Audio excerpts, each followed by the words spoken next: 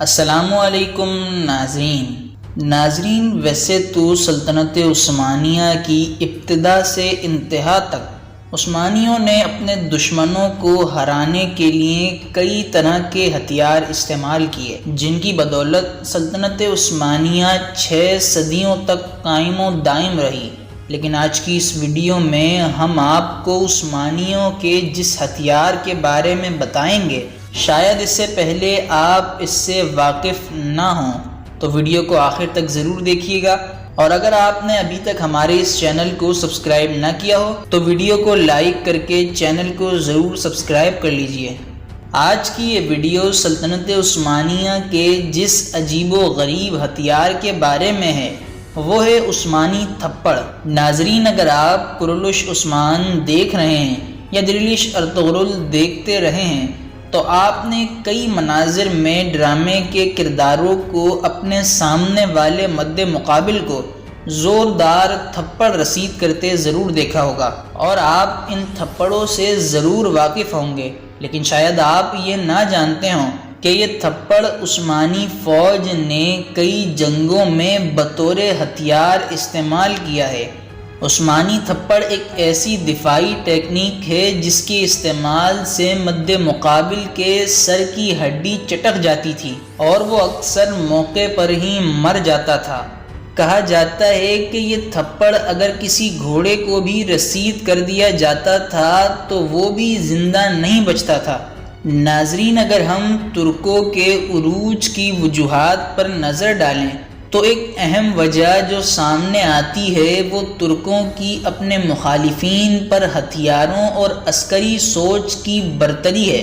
یہی سوچ ہمیں عثمان، اورحان، مراد اور بایزید کے ابتدائی معرکوں میں نظر آتی ہے۔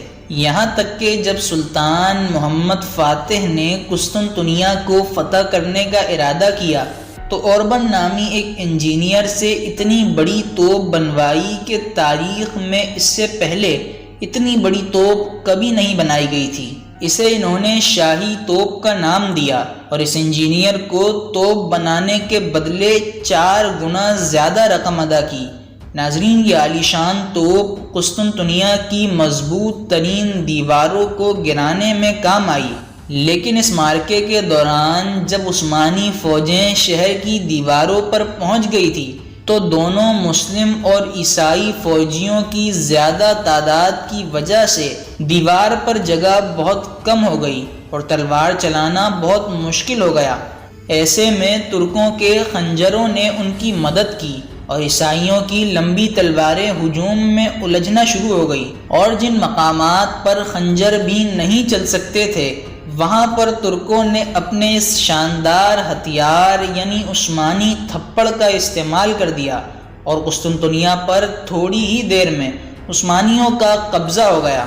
ناظرین، اپنے شروعاتی دنوں ہی میں عثمان یہ سمجھ گیا تھا کہ اس کے پاس وسائل بہت کم ہیں اور مقابلے میں دشمن بہت زیادہ، اسی لیے عثمان نے اپنی فوج کو ان تھپڑوں کی مشق کرانا شروع کر دی۔ ناظرین، یہ عثمانی تھپڑ، جسے عثمان لی توقادی بھی کہتے ہیں، یہ ایک قسم کی ٹیکنیک ہے جسے عثمانی ترک جنگوں میں استعمال کرتے تھے۔ ویسے تو یہ ٹیکنیک سلطنت عثمانیہ قائم ہونے سے پہلے بھی ترکوں میں استعمال ہوتی تھی، مگر عثمانیوں نے اس میں چند تبدیلیاں کر کے اسے ایک جارحانہ وار میں بدل دیا جو کہ جنگوں میں بہت کام آتا تھا۔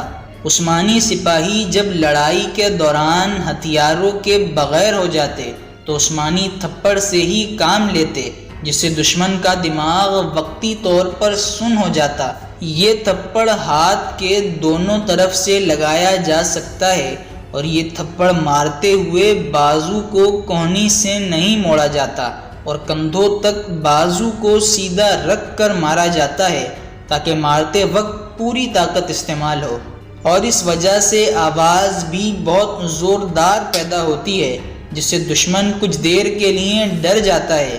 اس کے علاوہ یہ تھپڑ کئی بار اتنے زوردار انداز میں مارا جاتا کہ دشمن کی کھوپڑی چٹک جاتی یا اس کی گردن ہی ٹوٹ جاتی، عثمانی فوجی اس تھپڑ کی وجہ سے ہاتھوں کو مضبوط بنانے کے لیے بڑے بڑے ماربل کے ٹکڑوں یا پتھروں پر تیل ڈال کر ان پر مسلسل تھپڑ مارتے تاکہ اس سے ان کے ہاتھوں کے مسلز مضبوط ہو جائیں۔ وہ یہ مشق روزانہ کئی گھنٹوں تک کرتے، جس سے ان کے ہاتھ یہ تکلیف برداشت کرنے کے عادی ہو جاتے۔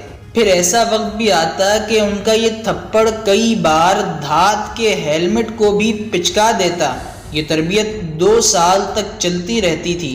سلطنت عثمانیہ کی فوج کا ہر سپاہی عثمانی تھپڑ مارنے کی صلاحیت نہیں رکھتا تھا، بلکہ یہ ایک ایسی ٹیکنیک تھی جس کے لیے اسپیشل ٹریننگ درکار ہوتی تھی۔ سلطنت عثمانیہ کی لڑائیوں کے دوران باشی بزوق نامی دستہ یہ تھپڑ لگانے میں سب سے زیادہ ماہر تھا۔ عثمانی فوج کا یہ دستہ رضاکاروں پر مشتمل ہوتا تھا۔ انہیں فوجی ٹریننگ کے لیے باقاعدہ بیرکس میں نہیں رکھا جاتا تھا، اس لیے انہیں باشی بزوق کہا جاتا ہے، جس کا مطلب غیر منظم فوج ہے۔ ان کا کام زیادہ تر دشمن کی فوج کو خوف میں مبتلا کرنا یا اپنی سپلائی لائن کو محفوظ بنانا ہوتا تھا۔ اس کے علاوہ یہ ٹیکنیک ینیچری فوجی یونٹس بھی استعمال کرتے تھے۔ ینیچری فوجی دشمن کے گھوڑے کو عثمانی تھپڑ مارتے تو گھوڑا یا تو بدک کر اپنے سوار کو گرا دیتا یا پھر اپنے سوار سمیت گر جاتا تھا۔ یہ تھپڑ کسی فوجی کے گال پر لگتا تو اس کے کانوں کے پردے بھی پھٹ جاتے تھے۔ لڑائی کے موقع پر یہ ٹیکنیک کئی بار نازک صورتحال میں بہت کام آتی تھی، خصوصاً جب دشمن بھاری پڑ رہا ہوتا تھا۔ ناظرین، کہا جاتا ہے کہ عثمانی سلطان مراد چہارم نے 1634 سن عیسوی میں اپنے وزیر اعظم پر حملہ کرنے والے 2 محافظوں کو تھپڑ رسید کر کے موت کے گھاٹ اتار دیا تھا۔ ناظرین، عثمانیوں کے پاس تھپڑ مارنے کی یہ ٹیکنیک کہاں سے آئی، انہوں نے اسے کہاں سے سیکھا، اس بارے میں تاریخ میں وضاحت موجود نہیں، لیکن ایک بات تو طے ہے کہ اس نے سلطنت عثمانیہ کو فائدہ بہت پہنچایا۔ آپ کو ہماری یہ ویڈیو اور عثمانیوں کی یہ ٹیکنیک کیسی لگی، کمنٹ کر کے ضرور بتائیے گا۔ ویڈیو کو لائک اور چینل کو سبسکرائب کر لیجئے، اور اگر آپ قسطنطنیہ کی اس تاریخی فتح کے بارے میں جاننا چاہتے ہیں تو ہمارے چینل پر موجود ان ویڈیوز کو ضرور دیکھ لیجئے گا۔ اگلی ویڈیو میں ملاقات ہوگی، تب تک کے لیے اجازت دیجیے۔ اللہ حافظ۔